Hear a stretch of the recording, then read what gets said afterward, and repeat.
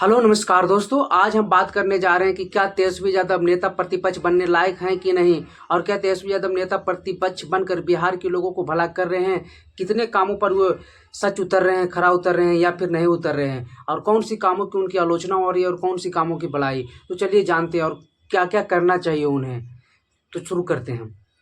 दरअसल बात यह है कि जिस प्रकार से एनडीए की सरकार बिहार में बनी और तेजस्वी यादव नेता प्रतिपक्ष बने, इससे पहले भी वो नेता प्रतिपक्ष रह चुके हैं, लेकिन तेजस्वी यादव को लेकर यह सवाल हमेशा से उठ के रहा है कि तेजस्वी यादव जमीनी स्तर के नेता नहीं है, क्योंकि उनके पिताजी लालू यादव बिहार के मुख्यमंत्री रह चुके हैं, माता मुख्यमंत्री रह चुकी है, वो मुख्यमंत्री के बेटा के रूप में पैदा हुए, बड़े हुए। हालांकि उन्होंने उसको गलत साबित किया।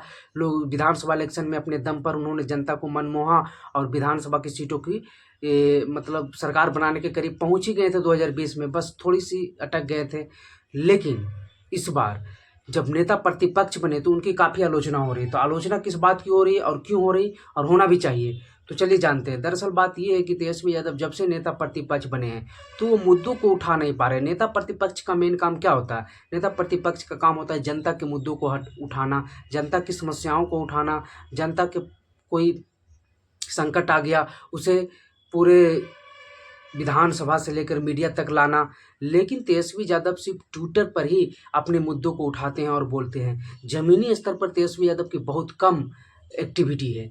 जी हाँ, तेजस्वी यादव हालांकि सरकार से जब हटे थे तब उन्होंने रथ यात्रा के माध्यम से पूरे बिहार की दौरा किया था, लेकिन जमीनी स्तर पर कहीं जाके कोई जनता से मिल लेना, जिस प्रकार से लालू यादव की एक्टिविटी थी या अन्य किसी नेताओं की, नीतीश कुमार तो खैर मुख्यमंत्री हैं तो वो जमीनी स्तर पर नहीं उतरेंगे क्योंकि वो सत्ता में है। लेकिन जो व्यक्ति सत्ता में नहीं है, सत्ता तक जाना है, उसको जमीन पर उतरना ही पड़ेगा। उतर कर काम करने से जनता की ज़्यादा करीब आते हैं। ऐसे देख लीजिए, तेजस्वी यादव कोई भी मुद्दा हो ट्विटर पर लिख देते हैं, ट्वीट कर देते हैं, और वो भी बहुत आलसी टाइप से। हुआ भी तो 2 घंटा बाद या 2 दिन बाद वो ट्वीट करेंगे।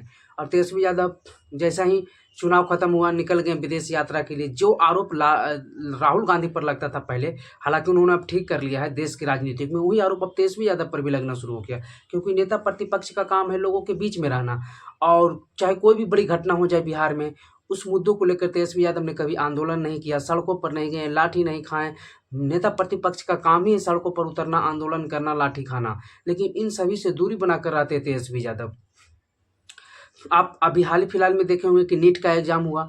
नीट का एग्जाम को लेकर बहुत ज़्यादा मैटर हुआ और बिहार में भी बहुत सारे लोगों का नाम आया, कितने स्टूडेंट का जो है करियर बर्बाद हो गया। इसके लिए काफ़ी आंदोलन हुआ, लेकिन तेजस्वी यादव का कहीं नाम नहीं आया, ना ट्वीट आया भी है तो पता भी नहीं चला। जिस प्रकार से छात्र आंदोलन कर रहे थे, उनको आंदोलन में शामिल होना चाहिए था, समर्थन देना चाहिए था, पार्टी का बंद बुलाना चाहिए था, लेकिन उन्होंने ऐसा कुछ भी नहीं किया। वो विदेश यात्रा में थे।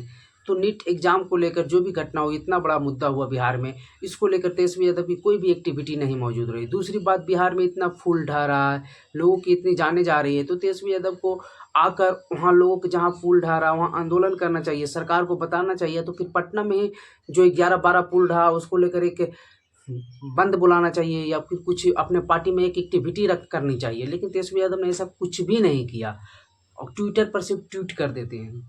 तीसरी सबसे बड़ी बात जो है, अभी बिहार में जो मर्डर का ग्राफ है, क्राइम का ग्राफ है, वो बढ़ रहा है धीरे धीरे। आप लोग देखा होगा कल ही मुकेश सहनी के पिताजी की मर्डर हो गई, इतने बड़े नेता के पिताजी को। उसको लेकर तेजस्वी यादव को मुखर कराना चाहिए, रोड पर उतरना चाहिए, क्योंकि उनके साथी दल गठबंधन के नेता हैं। लेकिन तेजस्वी यादव अभी कहाँ है कोई पता नहीं, ट्वीट तक लगता है नहीं आया है। रोहिणी आचार्य उनकी बहन तक ट्वीट कर दी है, लेकिन तेजस्वी यादव का कोई अता पता नहीं है। तो इन सब जो जनता के बीच के मुद्दे हैं, इन सभी मुद्दों को लेकर आप नदारत रहिएगा और सोचिएगा कि इलेक्शन जीत लें, तो इतना आसान नहीं है। हाँ, आपने 2020 में अच्छा परफॉर्मेंस किया था, नौकरी के मुद्दों को लेकर अच्छे सवाल उठाए थे और आपने देना भी शुरू किया था, इसकी आपकी सराहना होनी चाहिए। लेकिन जिन मुद्दों को लेकर, जो जनता से जुड़े हुए मुद्दे लेकर हैं, छोटी छोटी मुद्दे हैं, उनको लेकर विपक्ष के नेता को सदन में उठाना चाहिए। सदन में उठाने के साथ साथ सड़क पर भी आना चाहिए, सिर्फ सदन में उठाने से नहीं। और ट्विटर के माध्यम से आप कितने लोगों को कन्विंस कर लेंगे? और बिहार जैसे राज्य में कितने लोग ट्विटर पर एक्टिव हैं?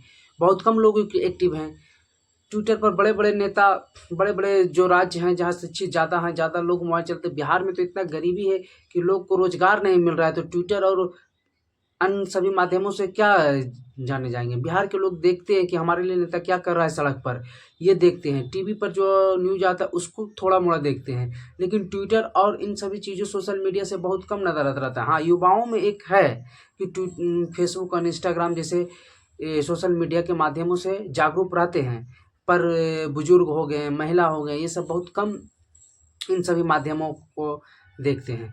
तो ये तेजस्वी यादव के विपक्ष के नेता के तौर पर कमियां हैं, और इसे से तेजस्वी यादव को सुधारना होगा, तब आगे कुछ बिहार में उनके लिए भविष्य आगे बन सकती है। तो चलिए, ये वीडियो कैसा लगा, विश्लेषण आपको